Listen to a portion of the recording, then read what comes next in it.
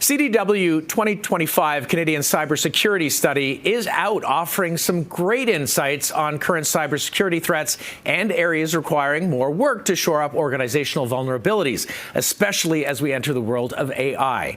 To explain more on how CDW can help you better prepare is Eva Wiens, Field CTO Cybersecurity at CDW Canada, and Ben Boydoku, Chief Cybersecurity Strategist at CDW Canada. That is a mouthful, but important people, and that's why. Good morning to you. Good morning. You know, this study, you said you've been doing this for about 10 years. I'm sure technology and everything over 10 years continues to change and maybe surprise, but what can we glean out of this study to both go, ooh, that's something we really have to focus on, and maybe also how we protect ourselves from those vulnerabilities? There's been a real change. So we polled 704 Canadian organizations. So we looked at Canadian organizations of all sizes, and this is the only study of its kind in Canada, which is really exciting because there are bigger studies that kind of take the data and divide it by 10. Mm-hmm. So focusing on Canadian organizations, especially now, focusing on how are they feeling, what are what's happening from that perspective is really valuable to us. So this is why we do the study. It's valuable to us and it's valuable to others who want to read the study.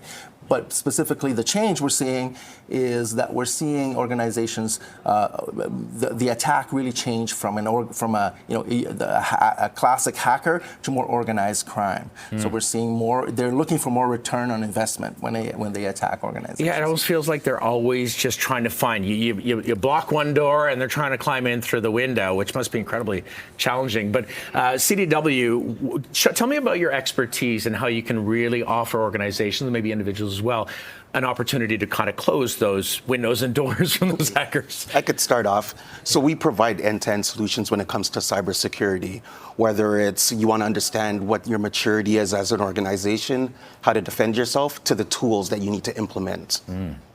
Okay, so as you're talking about those tools that are implementing, I mean, as a layperson or someone watching, what are some of the most significant things that people can really, get not only from this survey, but using your expertise? I would say, when I talk to my folks or people in my family, the number one thing that I talk about is trust your gut. Right? Nothing's too good or too bad that you need to act on right away. Look at that, that free iPhone or that free trip, or even a really scary note from somebody you're pretty sure who they are, who's asking for money. Look at those things and take time. Find another channel to contact somebody. Everybody has a smart person they know in their family that they can call and ask those questions. Is this real or not? And put a little bit of time in there. Attackers they're trying to get at you and get you an emotion and a reaction right away. Putting some time in there is always important. So that's the key thing that I usually start with is trust your gut. Yes, I agree with that. And even sometimes the older vulnerable population, my mom might try to have these discussions there. She sends me this lovely collage of butterflies with music and things to click. And I'm like, you may know someone who forwarded that to you, but if you don't know who created, it's an opportunity, right? To kind of educate at the same time. Yeah, we're at an arms race against attackers. They are using AI, and it's been democratized. We all have access to it, right? And one of the areas that we talk about with people is the use of a family password, right? Because these things can be really scary, and imitating somebody's voice, especially in a strenuous situation, you want to act right away. So being able to have a family password and say, what's the family password that we set up, mom or dad? Yeah. What's the conversation that we need to have there? That's truly important. And you were kind of touching on it, as we move forward into the AI world and deepfakes. And this is just, even for someone who feels educated on this, it's scary. Very scary. As Eva mentioned, it is like an arms race. Yeah. When we get smarter, so do our attackers. So it's always just being aware, trusting your gut, and putting time in between responding or clicking to the threats. Well, that's really interesting. So people obviously, I think, are really engaged in this conversation right now because everyone's impacted by this, either at work or at home. It sometimes is a lot to chew to think about protecting every vulnerability, but where are the first steps? I know you're talking a bit about having these conversations, trusting your gut, but if I want to do sort of active, I want to shore up my vulnerabilities, what do I do?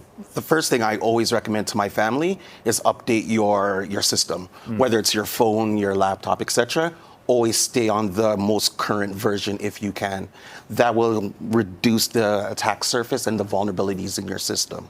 Interesting. And password management is another really important one. Don't reuse passwords. I like to say treat passwords like they're toothbrushes, right? Yeah. You refresh them often enough. You don't take someone else. If you found one on the street, you wouldn't pick it up, right? So treat passwords, and manage. Use a password manager. Those are really valuable. And think of your key assets and protect your key assets differently than you do your everyday sort of assets as well. So create a sort of two-tier thing, and multi-factor is super important. So as annoying as that little SMS thing you got to enter is, it's valuable. And even better if you can use an app, right? The app that came with the bank, the app that be it the Windows or Google Authenticator, tie that in to your system. It's, that's the good, better, best situation. The best is to use that app and to really be in control of how the authentications happen for you, because that's the most common way. I like to say that the hackers don't really break in, they log in. They log in, and there are all these third parties that are always trying to help you out for convenience too, but it's always measuring